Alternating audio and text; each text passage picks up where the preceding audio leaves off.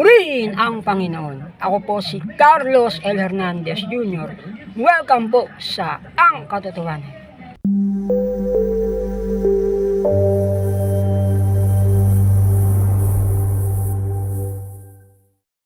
Welcome po sa Ang Katotohanan. Tayo po ay darako sa ating segment na Original Class S na Pangit. Mabuhay! Ako po si Carlos L. Hernandez Jr. Ito po ang Original Class S na Pangit. Ang ating pong tatalakayin sa pagkakataong ito ay ang 5 katangian na dapat taglayin upang maging high value Class S na Pangit. Ang una, dapat ikaw ay proud na maging kabahagi ng sangkapangitan. Kapag ikaw ay nagsasabi ng Pangit Lives Matter para ikaw ay makalakalap o makakuha ng tinatawag na simpatya, ng empatiya, ng suporta, ng awa, hindi ka original Class S na Pangit. Maaring ikaw ay walang itsura pero hindi ka original Class S. Kaya nga Class S, ibig sabihin nun, ang class ay special. Class S. Kaya kailangan proud to be at hindi para may maawa sa iyo, hindi para ikaw ay suportahan ni naman. Ang original Class S na Pangit, unang-una, dapat nagnanasa siyang mag-empower ng sangkapangitan. Kumbaga, ang gusto niya ma-empower ang sangkapangitan. Maaring ito ay ginagawa niya araw-araw kung kaya niya, maaring sa pamamagitan ng pagbablog o pagpo-post sa social media o paggawa ng kung anumang makakatulong. Para hindi na tayo madamay dito sa mga salita ng kababaihan na ang mga lalaki manloloko. Hindi lahat ng lalaki manloloko. Kasi hindi naman lahat ng lalaki pinipili nila. Hindi nila tayo pinipili. Hindi na nga tayo pinili. Nadamay pa tayo sa sinasabi nilang mga manloloko, mga babaero. Paano tayo magiging babaero? Wala nga tayong babae. Paano tayo magiging babaero na kabilang sa sangkapangitan? Wala nga tayong babae. Hindi nga tayo nila binibigyan ng chance to prove ourselves. Paano natin masasabi na we are not loyal kung hindi nga tayo binibigyan ng opportunity? Ang binibigyan nila ng opportunity yung mga gwapo. Pag binunti sila, iniwan sila, mamimili na sila ng lalaki, mahigpit na yung kanilang standard, mataas na, tapos madadamay na tayo. Ang mga lalaki, mga manloloko, ang pangit ngayon, nagloloko na rin. Paano nangyari yun? Hindi nga tayo pinipili. Ako ba naging girlfriend ng mga ganyang lalaki? Babae? Ako ba naging girlfriend yan? Kailan ako naging girlfriend? Sino magsasabing girlfriend ko siya tapos nagkaroon ako ng girlfriend na iba? May nabuntis pa ako tapos iniwan ko. Porque pangit, hindi na lalaki. Kaya dapat tayo proud. Hindi para makagain ng awa, hindi para makagain ng suporta. Dapat tayo proud. Kasi hindi tayo nanloko kailanman ng babae. Kailanman hindi nila tayo binigyan ng opportunity to prove ourselves. Pinipili nila gwapo, tapos pag iniwan sila ang mga lalaki, mga manloloko, mga babaero, ang pusang gala. Paano na kaya yan? Pangalawa, dapat hindi mahuhulog sa thirst trap. Ano yung thirst trap? Yung pinagagawa ng mga babae sa TikTok. Nagpapakita ng cleavage, nagpapakita ng kung ano-ano. Biruin mo, pati yung ari, makikita mo na yung bakat ng ari nila. Kung ano-ano ang pinapakita ang kalaswan. Dapat hindi tayo nahuhulog sa thirst trap. Ang high value Class S na Pangit, hindi nahuhulog sa thirst trap. Huwag kang mapain sa thirst trap. Ang mga babae na nang-thirst trap, low value yan. At kailangan nilang gawin yan to gain self-esteem. Low value. Huwag tayong pumili ng mga ganyan. Huwag tayong mahulog dyan. Huwag kang manonood ng mga ganyan. Papababain lang yan ang personality mo. Lalo lang tayong tatapak-tapakan. Lalo lang tayong yuyurakan. Pag nakita kasi ng kababaihan na tayo ay masyadong napupol sa kanila, masyado tayong nice. Ang panahon natin ginugugol natin sa kanila. Hindi nila iisipin na yung panahon natin para sa sarili, binigay na natin sa kanila. Ang iisipin nila, lagi tayong available. So, mas papababain nila tayo. Huwag tayong mahulog sa thirst trap. Huwag tayong pumili ng mga babaeng masyadong mahilig sa paggawa ng thirst trap, lalo na sa social media. Pangatlo, ang dapat nating gawin, umiwas tayo sa pornography. Huwag tayong manood ng porn. Maling manood ng porn. Ang porn ay hindi nagtuturo ng sex education. Ang porn ay hindi nagtuturo ng real sex. Ang porn ay fake sex. Ang porn ay parang anime. Alam mo yung anime? O, peking buhay yun. Ang anime ay peking buhay. Ang porn ay peking sex. Tuturuan ka ng peking sex ng porn. Hindi yun totoo. Walang ganun sa tunay. Ang high value class S na pangit, hindi nahuhulog dyan sa porn. Huwag ka maging addict dyan. Dadayain niya ng utak mo. Wawasakin niya ng utak mo. Sisirain niya ng utak mo. At mabubuhay ka sa fantasy.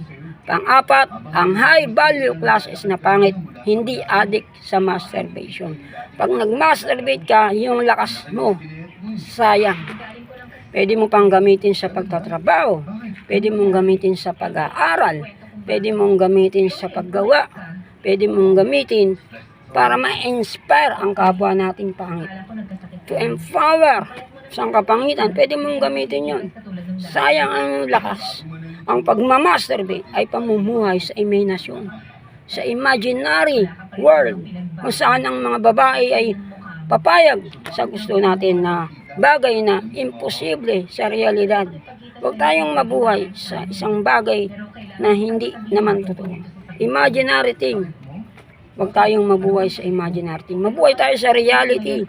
Kailangang pigilin natin ang sarili natin. Magkaroon tayo ng self-control. Ang ating enerhiya ay gamitin natin para sa higit na kapaki-pakinabang. Para sa higit na bagay. Alam mo, kapag tayo nagtrabaho, kaysa nag-masturbate tayo, nakalika tayo ng something valuable. Halimbawa, kung nagsasiker ako, pag after 3 years, nagkaroon ako ng business, tapos umulad ako, nakabili ako halimbawa ng pustiso, itong na-develop ko itong sarili ko, napaganda ko yung sarili ko, nagkaroon ako ng pagkakataong mag-gym, napalaki ko yung katawan ko.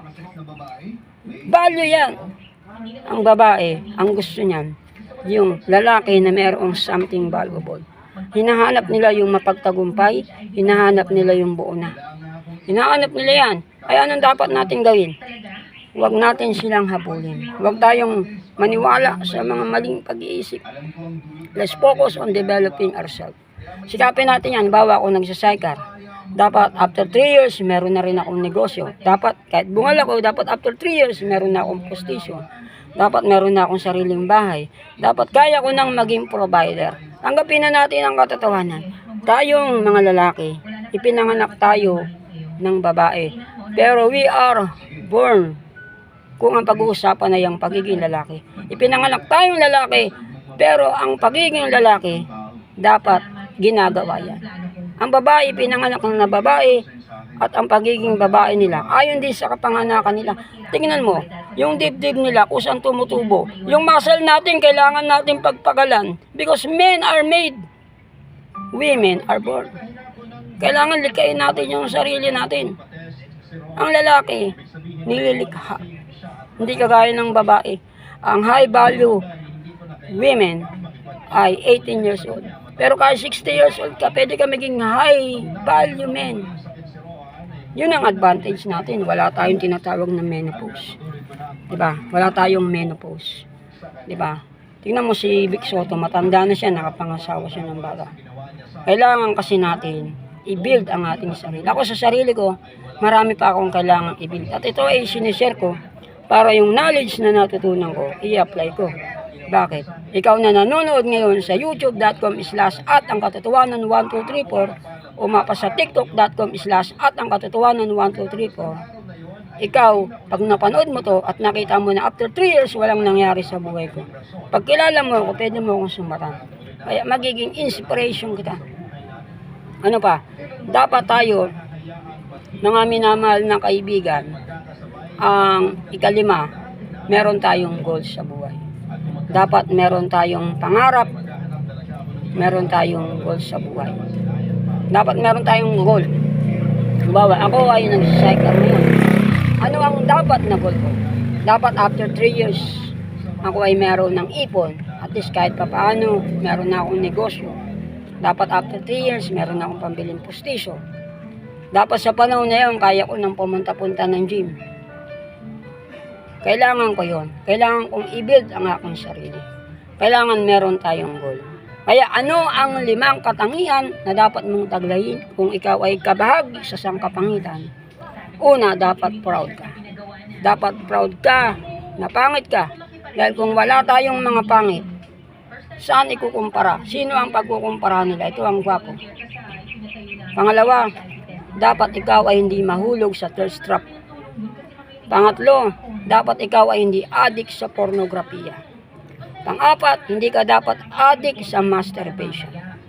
Pang-5, dapat ikaw ay may goal.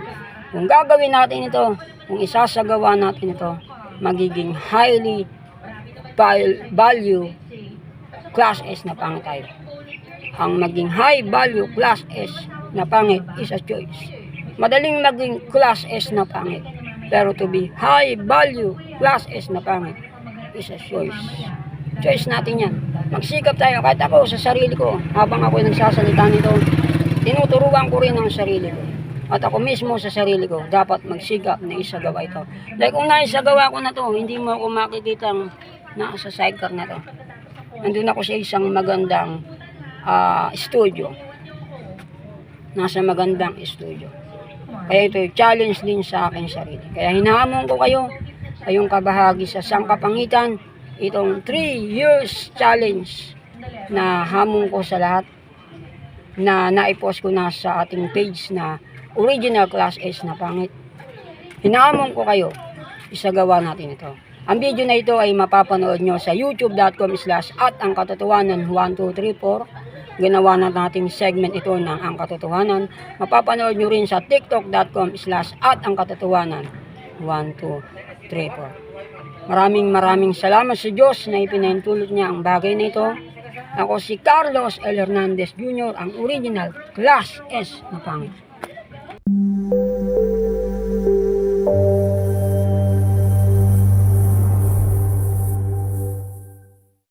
Purihin ang Panginoon. Nawa ay meron po kayong natutuhan sa ating pong video. Sa pagkakataong ito, ako si Carlos L. Hernandez Jr. Ito ang katotohanan. Purihin ang Panginoon.